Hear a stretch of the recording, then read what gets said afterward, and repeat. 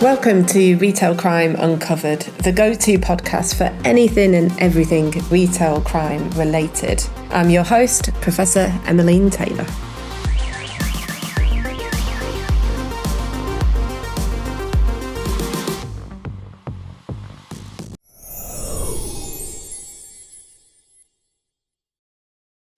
I always say we need to give shop workers a reason to believe that they can win the battle against criminals who are determined to steal, be abusive, be violent, and cause havoc in and around our stores. And today I'm going to talk to two individuals who are doing just that. So first of all, I'll be speaking to Phil Thompson, CEO and founder of Auror. And I don't know if, like me, you're interested in the etymology of words. So I thought I'd have a little Google of what Auror actually means. And it immediately took me to a Harry Potter page. Now, I don't know if Phil and his co-founders are Harry Potter fans, but this was the first thing that came up. And an Auror is a dark wizard catcher, an elite and trained defender against the dark arts. And I think that actually fits quite well with some of the work that Auror are doing to tackle some of these shadowy figures that are organised and networked and targeting our stores on a global scale. I'll then be speaking to Katy Bourne. She's the Police and Crime Commissioner for Sussex in the UK, and she's heavily involved in spearheading a new police operation called Operation Pegasus, and you'll be hearing much more about this in the coming months, no doubt. Now, Pegasus, I'm sure you'll be aware, was a winged horse of Greek mythology, representing speed and strength, two things that I think we absolutely need to swiftly identify and then deal with networked prolific offenders. Okay, so I'm really excited to be joined by Phil Thompson, CEO of Auror. We're hearing lots of waves about Auror. Lots of people getting very excited about this company. He's currently in New Zealand, so really appreciate him working late to be with us today. Welcome, Phil. Can you tell us a little bit about Auror? For anyone who's, been living under a rock and haven't heard of your company, how did Auror come about? Yeah, so I'm one of the co-founders, and we've been around for about 11, 12 years now, which is sort of hard to believe sometimes. But back then, we sort of stumbled across this problem around retail crime, and in New Zealand, it was $2 million every day being stolen. In Australia, it's more like 15 million, and globally, it's about $150 billion a year.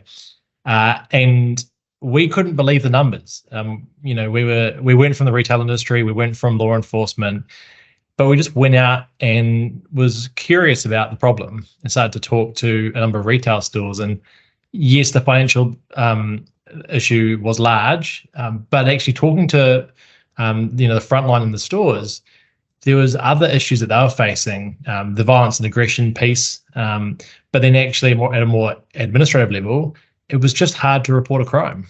And so they weren't reporting a crime. It was hard to work well with police.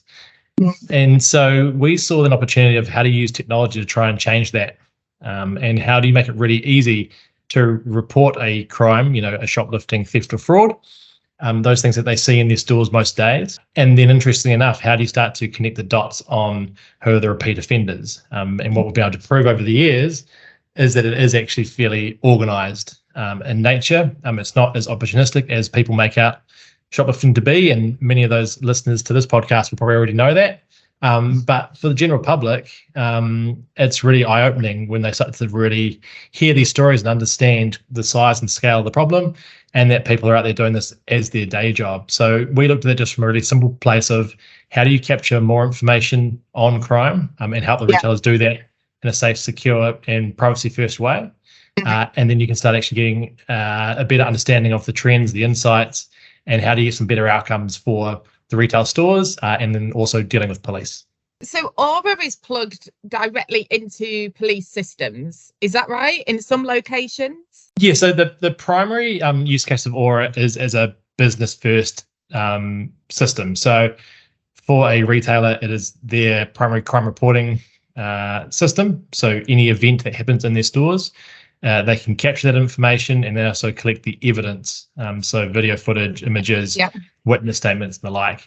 And then they can also collaborate with police on the platform as well. So they can invite in their local police officer and share that information digitally. So it's just modernizing what used to be, driving down in a car to the police station with a written statement and a report and a CD or USB stick. It's just digitizing that entire process, and you're saving 3 to 5 hours on both sides.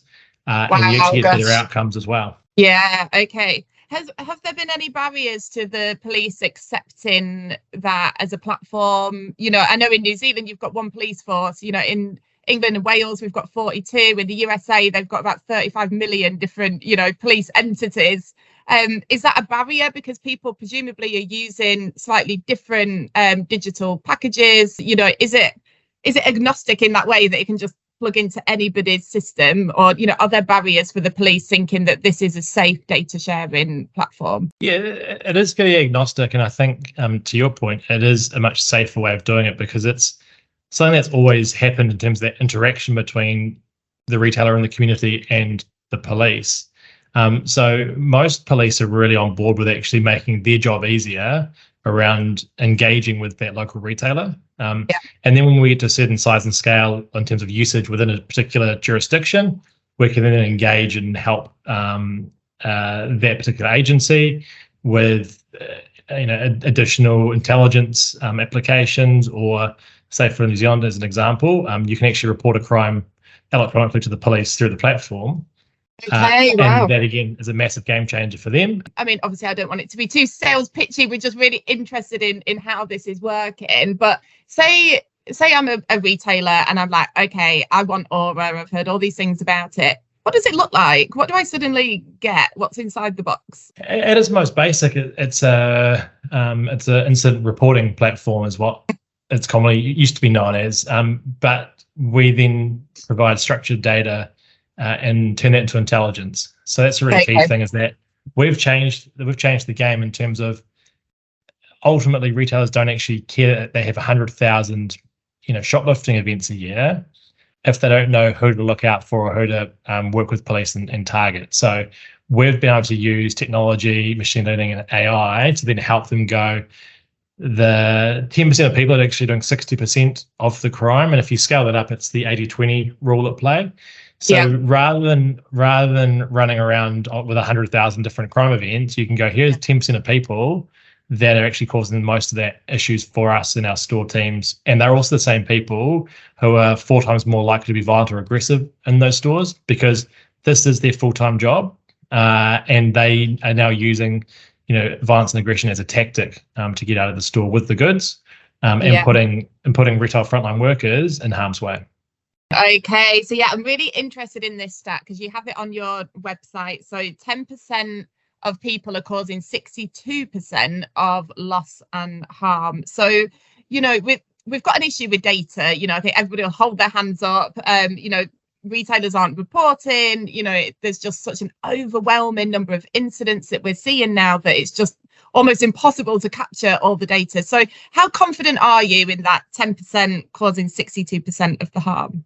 You're very confident, and what's been really interesting as we've expanded globally is that same stat holds true for an individual retailer as well as each country. So we're seeing the same thing across New Zealand, Australia, the US, Canada, and the UK now as well.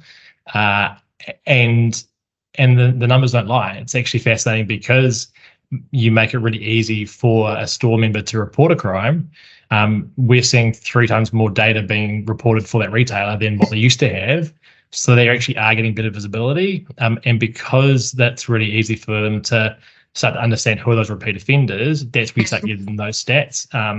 And that then changes how they are approaching those offenders either in store, in terms of having intelligence. I know that Phil is, last time he was in here, he carried a weapon or he was violent. I might not approach that person in that instance. But then you've also got the ability to then work better with police, because you can actually go there to have a conversation, not a complaint session. You can say, actually, based on this information, we'd love to collaborate. And somewhere like, I'll use New Zealand as the example again. The New Zealand police actually set up a national retail investigation unit that covered the entire country with a fairly small amount of staff members, because they had one centralized view of retail information, and they could collaborate with all those retailers digitally. So picking up more evidence was actually super easy for them. And I think they've already had over 1,200 charges being laid against their top offenders. And actually this changes that whole discussion, because you don't need a force in a cast of thousands to actually tackle the problem. If you've got the right data, you can start to really drill into who are the top people, the top locations, and what products they're targeting. And that becomes even more interesting when you start to redefine the problem. It's not actually crime, retail crime and shoplifting. It starts to be organised crime. It's transnational crime, because these goods, and baby formula is a great example, being stolen right across Australia. It's being shipped overseas, and drugs and or cash is coming back into the country for that. It's so fascinating when you begin to sort of pull that thread, I think, and just see the whole sort of picture, see that whole crime nexus and all the different, types of activity that are taking place. And I always see it's almost like, these criminal enterprises, their sort of marketing strategy is so clever, because they're able to get away with it by saying, it's cost of living crisis. This is like mum stealing, baby milk powder. And no, it's not. It's organised criminal gangs. And it just doesn't seem to be getting the traction or the attention that it should do, because it's so easy to just go for like the simple narrative that, yeah, it's cost of living, it's people stealing, because of drugs, which we know is an issue. But yet these criminal gangs seem to just be able to go under the radar. And that's what you see when you uncover those bigger stories where, I'll use Australia as an example in this instance. Two of the supermarkets, they actually worked together with police and identified their top offenders were going across both brands. And when they were then identified and followed, all their top 10 offenders around baby formula were all going to the same property and to dispose of those goods. And what actually happened, they could provide that information to police to conduct a warrant. At that one property, they found $300,000 worth of baby formula, $500,000 in cash, and $1 million in drugs. And so quite quickly you can go, right, that's not cost of living at all. Yeah. That is a full-on enterprise who is profit-making. And then, our recent expansion to the US becomes even more interesting, because we knew that baby formula was being stolen from New Zealand and Australia and being shipped over to places like Vietnam. One of our newest customers in the US, another supermarket chain, they've also recently had a big baby formula case. And lo and behold, those goods are also being shipped off to Vietnam. So you start going, well, is it going to the same place? Who's conducting that? And again, what's coming back into those countries in exchange for those goods? So suddenly what seems to be, it was scary when we were thinking this is a national issue rather than a localized one, but suddenly this is a global enterprise potentially. And who is actually, behind that operation? That is really high level. Wow, gosh. In terms of the selling on of stolen goods then, are you able to get much intelligence? Is it, we're seeing a lot of activity on online marketplaces, for example. It's no longer going door to door, going down the local pub, selling a bag of stolen goods. It seems to be a bit more sophisticated. Is that the same in Australia and New Zealand? Yeah, it's definitely evolving. Over the last 10 years, we've seen that change, particularly with the more use of online marketplaces, which makes it can make it harder to track and or investigate. And one of the things that we saw as a big pain point was the collaboration on those bigger investigations. So we actually ended up, we're sitting in a room, and this is the beauty of not being from the industry initially. We love just to understand how people do things and see how can technology be applied to that. And sitting in a room full of investigators and seeing how they build cases. And there was a lot of whiteboards. There was a lot of almost the traditional cork board with the red string. Pulling things together, and we just went, well, imagine if that could be digitized and used in technology, and then how do you actually start bringing those different retailers together, which again traditionally, if it has been done, it's all phone calls and back channel networks and the like. How can you actually make that a safer environment to share information, invite in law enforcement? And again, to your point, the US is super complex in that law enforcement space, and they do have 18,000 agencies there. But it's really cool to start seeing when you've got one case 4 different retailers working together with 16 different agencies, and being able to all be in one workspace and working together on that. That becomes super powerful around how do you turn the tide on always being 1 or 2 steps behind to then getting in front of those criminal offenders, and you can then start to see how those goods are being moved. And yes, online is being used a whole lot more. And even going back to the whole cost of living crisis, I mean, what we're seeing, like those stats around repeat offenders hasn't changed a whole lot over the last couple of years. And so you start to go, eventually the cost of living crisis is increasing the demand for cheaper goods. My theory is actually that more people aren't going out to, the general public aren't going stealing more, but they might be turning a blind eye to buying cheaper goods online. Absolutely. So that's just encouraging more organised criminals to steal more to then sell online. So it's interesting to see how that's playing out. And traditionally, it's been really hard to even track those goods and where they're going. But there's some good changes around the Inform Act in the US, as an example, where more data can actually start to be captured by those retailers to start to understand the patterns of movements as well. Yeah, I'm watching closely what's going to come from the Inform Act that was just enacted in June this year. But it'll be really interesting to see if that begins to at least signal to some of these offenders that they are, eyes are on them now and they can't just operate with complete impunity. Are there any movements over there for sort of changes in legislation? Yeah, the most recent legislation change in Australia has been around the protection of retail workers. And I think the UK had something similar recently as well, where, it's a higher grade of charge if there's a retail frontline worker who's been harmed. So again, it's just going, these are our frontline workers, and particularly they had a pretty hard time during COVID. And they get a lot of abuse, and traditionally for retail jobs, that is a lot of the time it's the youth, the teenagers coming through, it's their first real job, and having to go to work and be like, today you have to wear a stab-proof vest because your work location's unsafe. Is that happening? Are people wearing? Wow, gosh, that's in New Zealand, is it? New Zealand, Australia, body cams are being worn and or trialled across those as well.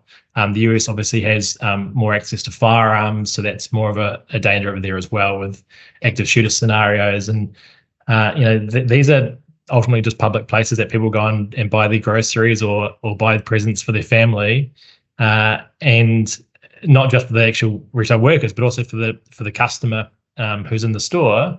It's not a great customer experience when you start to see crime occurring around you, and therefore, do you know what? It might be easy to shop online or go to the competitor's store instead. So I think there needs to be more of a change around the thinking of crime as actually a customer experience issue. Traditionally it hasn't been seen as that at all.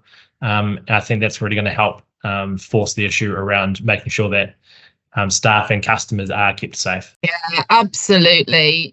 Just when I talk to people, who work particularly in grocery stores, in supermarkets, convenience stores, and the ongoing sort of threat of violence has such a psychological impact. These people are feeling sort of worn down, and sometimes as well, like when I've interviewed people about, the threat of violence, the aggression, the swearing, the shouting, and some people, they just sort of say, oh, but it happens every day. And you just think it's not okay, and there's almost this level of the threshold has been raised because it is such a common occurrence. And I don't know if it's similar in New Zealand, but we're seeing a huge amount of hate-related abuse as well. So people being targeted because of the colour of their skin, because of any sort of religious artefacts they're wearing, because they're disabled, or their sexuality. And these are really personal verbal attacks, and they're almost not being recognised because there might be a threat of violence, but it's not being reported to the police, so it's not being picked up. Totally. And you know, you're right. It is that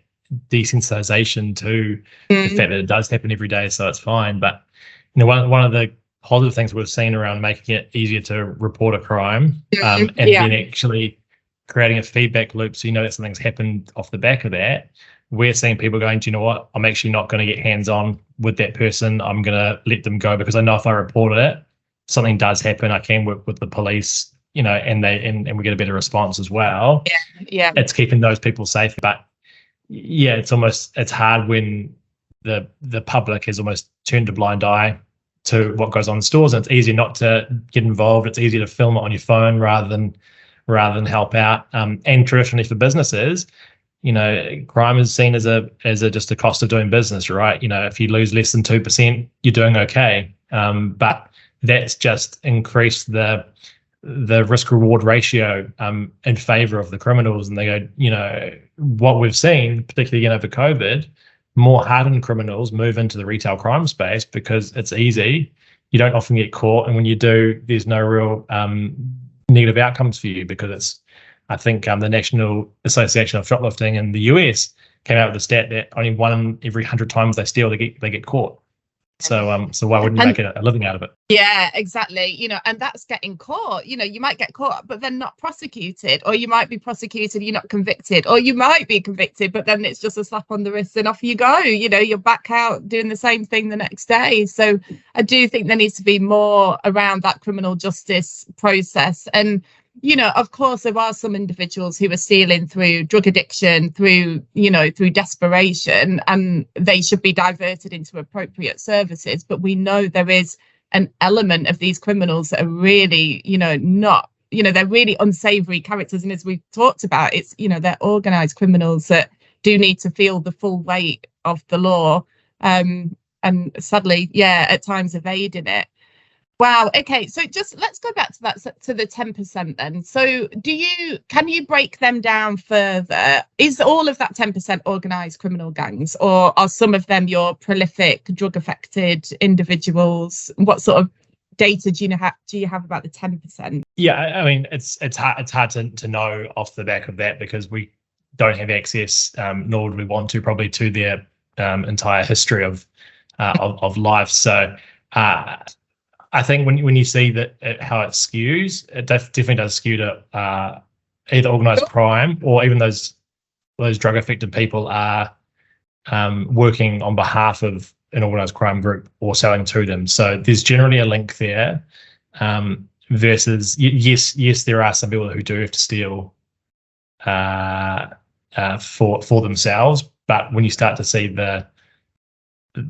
generally the theft that's occurring at that repeat offender level, $1,000 worth of power tools, that's not to feed the family, right? So just by having better data, you can start to, as a retailer, really focus on those people who are really targeting your stores, and they are doing 5 stores a day, and they're working in groups, they're using and sharing vehicles across those groups, and that's the other really powerful thing. And New Zealand, as an example, the largest criminal network we've been able to help identify is over 800 people, because it's small groups working together, but they'll use the same vehicle, or there's a common link between 2 different groups of people. In the US, even for one retailer, it's about the same numbers as well. So it becomes really interesting to see how networked those shoplifting groups are. I had no idea that it would involve that many people. 800 people, all connected. Oh my gosh. I mean, some of the conversations I've been having about defining organised retail crime, we've been talking about, is it 2 people or 3? I had no idea it was running into the hundreds. Wow. I mean, that level of coordination, and presumably they're sharing tips on where it's vulnerable, they've got inside information. That is really quite scary. So, okay, I mean, so Auror is a really powerful platform for retailers to share data and information. Are the criminals using, do they have their, almost their criminal aura to share this sort of intel, or, are they just using instant messaging, or How are they, communicating under the radar? Yeah, I mean, I'm not entirely sure how those networks operate, but as we do know from more general organized crime, they do have often more sophisticated technology than the police do around how they're communicating. So they'll have encrypted phones, messaging apps, and they will again often work together. We see a lot of the times, even with actually in every country we operate in, shopping lists that get sent out at the beginning of the day. Here's the things you need to go and steal, and you bring it back to this location, and we'll pay you, 10 cents on the dollar for these things or whatever else. So, it is super organized, and they do have their ways of working. And there's also, like the US is a really interesting one, because there's been a lot of media in the last 2 years around organized retail crime, and there are hotspots, and San Francisco is one of them. New York's one of them that gets talked about a lot. But what we've seen with working with our US customers is those groups that are traveling down the West Coast from Seattle down to LA. But one of those groups got picked up in the middle of Oklahoma, which is, smack bang in the middle of nowhere. Not on the radar of organized retail crime, but that store was actually able to identify and stop that person and that group, because they were made aware of the intelligence from the other stores that had been they'd been at the months prior. And again, we're talking a couple $100,000 a month per group that is being stolen. So there's that, and there's other interesting stories around people are flying into a city, renting a vehicle, going around stealing for the day, going back to the airport, packing their bags and flying back out home, and selling those goods on eBay or Facebook Marketplace. Yeah, it's not opportunistic, and they've got different methods of how they're operating. And they think then by just flying in, flying out, they're not known in that state. They think nobody's going to be able to join the dots, and then off they go. Wow. I mean, just the level of planning that goes into that is really quite terrifying. Do you think these sort of more determined offenders, who do this basically as their full-time job, do you think they're getting wind that that things are closing in on them? I think in some instances they are, and the way that generally happens is that when they do finally get stopped and they think, oh, that's all right, I've been caught for one thing, and the police come and go, well, actually, we've got 30 events on you with all the evidence available to us right now. We're going to charge those onto you. And also, we've been working with our partner agencies in another jurisdiction, or working with Homeland Security, the FBI at a federal level. You can start seeing pretty quickly they go, actually, I'm not going to go back to that chain of stores and offend anymore, because that risk tolerance has changed. But I do think on the whole, it still is a fairly easy way to go in terms of criminal offending as retail crime. And legislation in the US, as an example, Prop 47 in California, which means if you steal less than $950, it's a misdemeanor. They know these things, so they'll go and steal $900 at each location instead. So they're very onto it in that sense. But our whole mission is to how do we help stop crime and using technology to do that. So we're hoping that we are turning the tide in those markets that we're in. Yeah, definitely. And I guess publicizing those big wins, I think, is really important as well, to just send that message that, you might have been getting away with this, but, look at the level of intel and resource now that is being put into this. I think going back to when we first started and what we're seeing now in the UK as well, is one of the other problems that we saw was just actually around privacy, and in the sense that retailers often weren't being compliant with privacy or GDPR in the UK, as an example, around how they actually collected information, how information was being shared. A lot of the time, stores would use WhatsApp or other social media to communicate between them, to share images of offenders. And for us, in my background, I'm actually a former commercial and privacy lawyer. So from the very beginning, we actually built the platform around privacy by design, and how do you make it a better approach to that, and how do you help those retailers be compliant with that? In this case, for helping to investigate and prevent crime, you can actually do that, and you can share that with trusted parties like the police. because it really is just modernising that whole way of working. So normally privacy for a retailer has been focused on their loyalty or marketing customer database. Yeah. And almost the crime piece has been ignored or forgotten about. So we're helping to bring privacy first to those areas as well. That's brilliant. Yeah, I think, there's a huge amount of nervousness, I think, around sharing data, being GDPR compliant. But absolutely, I think, done right, this is, it's absolutely the right thing to do. We need that information. We need to illuminate, all the sort of connections between people. And so long as that's done safely, that's absolutely the right thing to do. And I think having those information sharing agreements in place with the police as well, so that you can easily share data, is so important. But yeah, it's scary how many how often things like WhatsApp are being used, and you just think, oh God, no. Yeah, that's just a lawsuit waiting to happen, I think. Exactly. Does Auror use facial recognition? Or is that sort of like a plug-in that some retailers are using? It's not a prerequisite, is it, for Auror? No, so we don't do any live facial recognition. We're not hardware or cameras. We are the intelligence and the data layer across that. Okay. We do have different AI functionality that will help with matching offenders together within the platform, but then surfacing that up to an investigator to review. And again, just supercharging that sort of detective or investigator, because traditionally, they'll be using Excel spreadsheets to do this. In the US, a number of those retailers will have up to 100 ex-FBI investigators that sit in a dark room reviewing information, going through spreadsheets and images and the rest of it in a very manual process. Our aim is, how do you make that a much better, safer and faster process so you get those better outcomes? And ultimately, how do you, there's always a great news article with, there's a $10 million crime gang that's been busted. It makes it for a great headline, but our thing is, well, how do you stop it when it's $50,000 or $10,000, not $10 million? Yeah. And how do you solve that in 2 weeks, not in 2 years? And technology plays a really important part in doing that in the right way. Really great to talk to Phil from Auror there and hear about his defence against the dark art operatives, otherwise known as organised and prolific global criminals. And really fascinating to hear that statistic. So 10% of offenders cause 62% of loss and harm, and that this plays out internationally. I'd love to hear people's thoughts on that.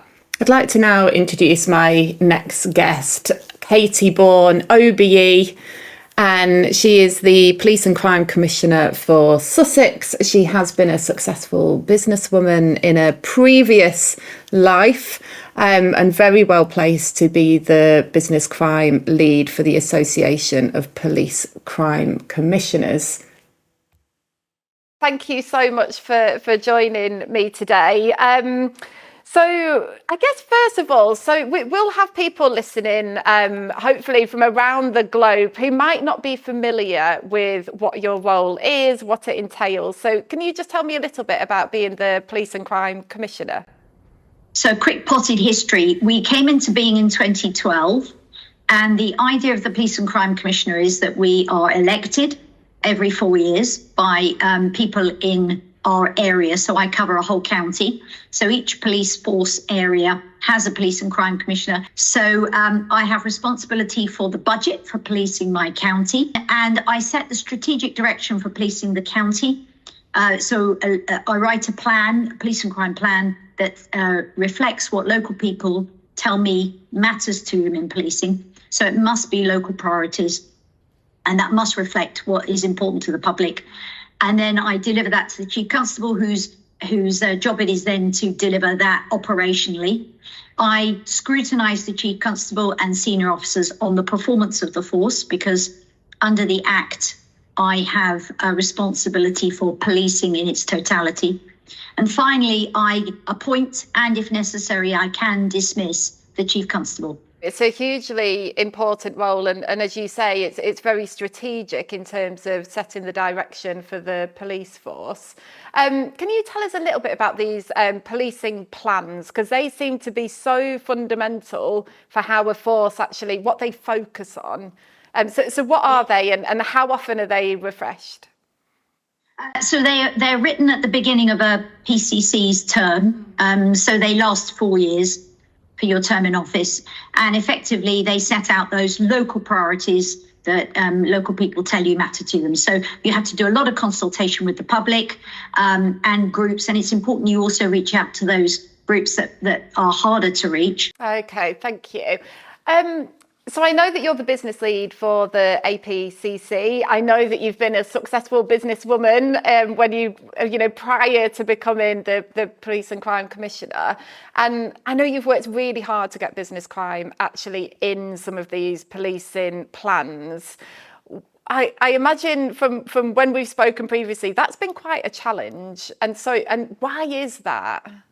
Well, you're right. So the Police and Crime Plan, because it's the strategic document, it really means that the Chief Constable has to have due regard to those priorities that you set out. So if it's not in the plan, it's not going to get delivered effectively.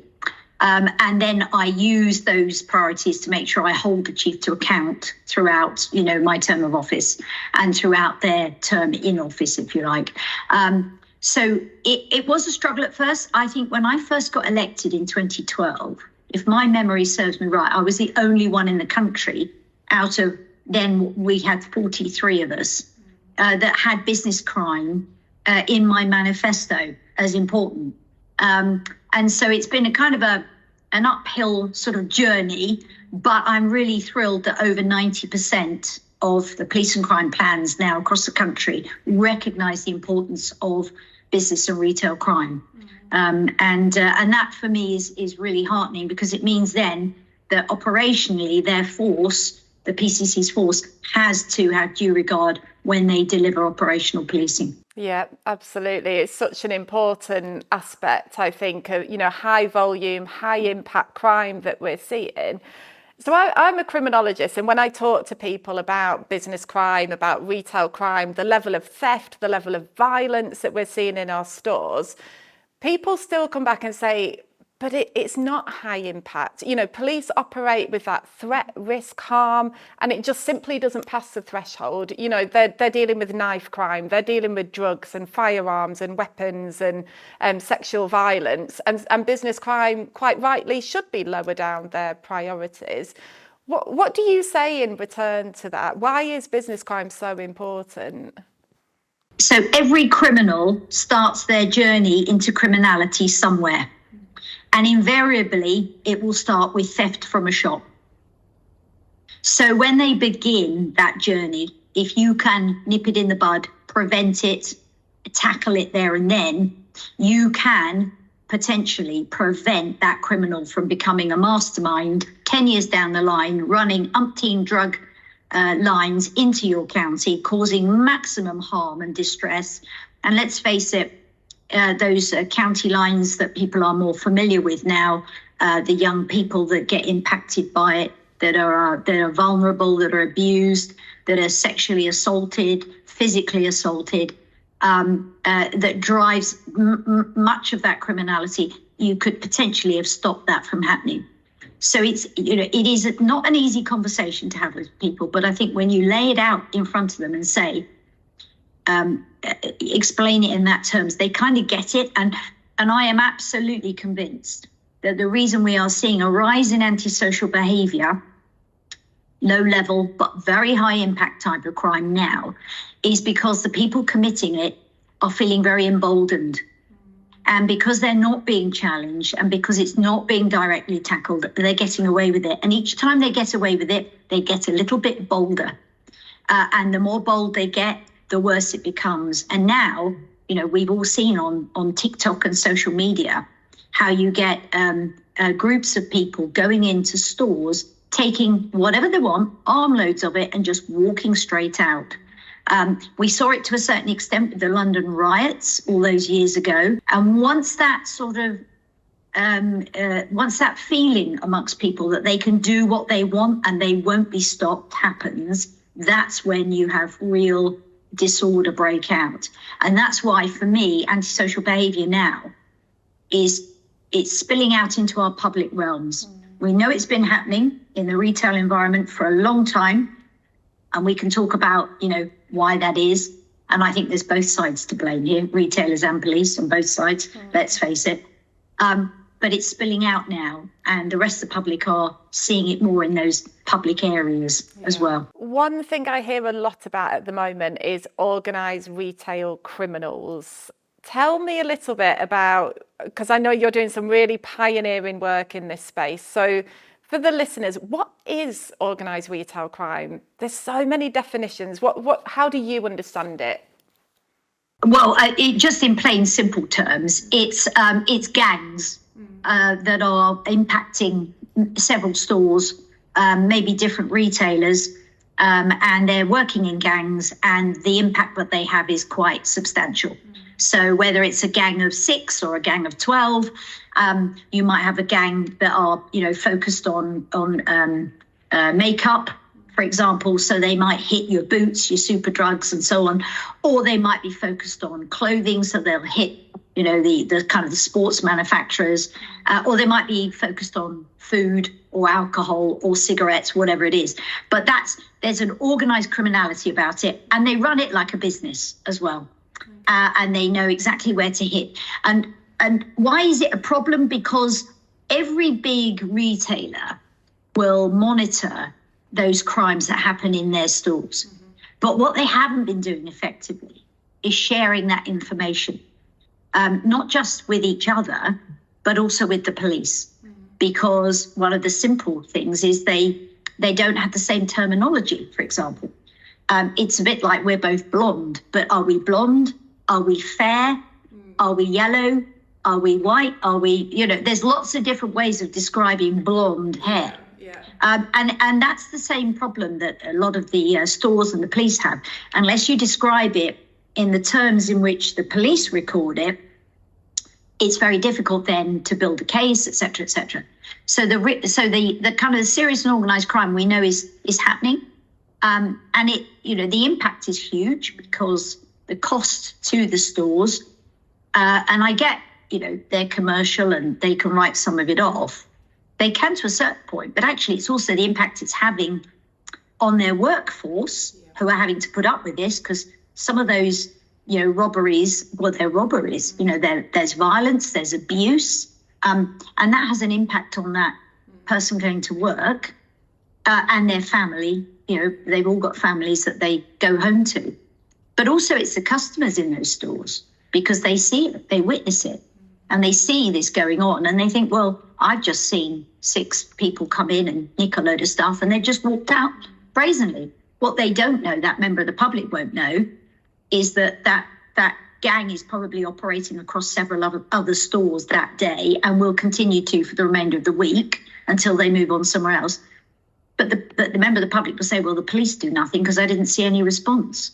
So it's a kind of lose-lose all round for everybody, which is why it really matters. If we can send a strong message to those organised gangs, actually, the police are onto you now, and you will get caught and you will get stopped. I think that's a huge win. Yeah. So it's not work down to me. I mean, I've got to give credit to the retailers here. They're the ones who approached me and said, help. Yeah. These are not individuals who are stealing for personal use, are they? We hear so often, cost of living crisis, people are stealing to put food on the table, otherwise they would, honest citizens. These are people who are targeting stores because they see it as a soft option. This is, as you say, it's being run like a business. They're stealing in bulk, and these items aren't for their own use. They're selling them online or to other individuals. Yeah. And invariably, the money they make from it, they will then plough into further criminality. And that will impact, society and communities and vulnerable people within it. So it is it's horrible to see and really important, I think, that policing is effectively able to tackle it. Definitely. So tell us a little bit about the operation that you're involved with. There's some really exciting work taking place to target these criminal gangs. Yes, I mean, it's in its infancy, but just before Christmas, a number of the large retailers came to me. They'd been meeting on a regular basis for nearly 2 years, trying to work out how they could share their information with policing. And I think they got to the point where they weren't quite sure how to take things further. And I met with them and I said, look, let's approach the policing minister, who chairs a national retail crime steering group, and let's see if we can set up a sort of task and finish group that reports into it. Because once we get the backing of government and we can get the backing of police that way, we'll hopefully get some traction. So that's what we did. We called our group Pegasus. So they are the original sort of, there's 10 original kind of retailers. We're just firming up the final few, in fact, this week. And what they've agreed to do is fund for 2 years some support for policing, because police have already got Operation Opal that's been running for quite some time. And Operation Opal has 6 strands under it. One that covers sort of vehicle theft, another one covers sort of heritage crimes and so on. And one of the strands was retail and business crime. And I brought them together because obviously in the job, I've been in this so long now, and you kind of get to know what's out there in policing. And we brought the chief constable who runs Opal in, and she met our group, and we called ourselves Pegasus. So we know what we mean when we say Pegasus. We're talking about serious and organised crime. And the retailers said, look, we'd really like to support you. And we've got some funding. We're going to put this in and we're going to work with your analysts. And it was at that point that they really realised just how much support policing needed, and how it was very unbalanced, because the retailers could afford a lot of analysts and the police couldn't. They just had, a very small number. So we're very excited where we are now. We're getting them all to sign the deals and give money over. And the minister stood up in Parliament last week and said, great work Pegasus are doing. So we've got the green light to go. And we're hoping that we start to recruit some of those analysts and intelligence investigators into Operation Opal. And they will be led by a chief superintendent who's in charge. And we're hoping to start that recruitment very soon, hopefully to get it up and running before the end of the year. And the group have decided that there's sort of 3 main objectives they want to achieve. The first one is about sharing the data. So getting a proper, intelligence, a single version of all the threats across policing, and that's often, and how it's affecting retail, because it's never been done before. And it's often easier said than done, isn't it? So, sharing commercial data, or, making sure everything's GDPR compliant. And I imagine the police are also slightly nervous around sharing data. So that sounds like it would be really powerful to pull that together. Oh, it will be a game changer. It really will be a game changer, because if we can establish and maintain that single version of threat across the whole of England and Wales, from those serious and organised gangs that are targeting retailers, then that's massively powerful. The second objective from Pegasus will be that if we can hopefully establish an effective process for retailers to develop that intelligence package and then disseminate it to their local police force, depending on where the crimes happened. That's going to be the next bit. So it's very exciting, never been done before.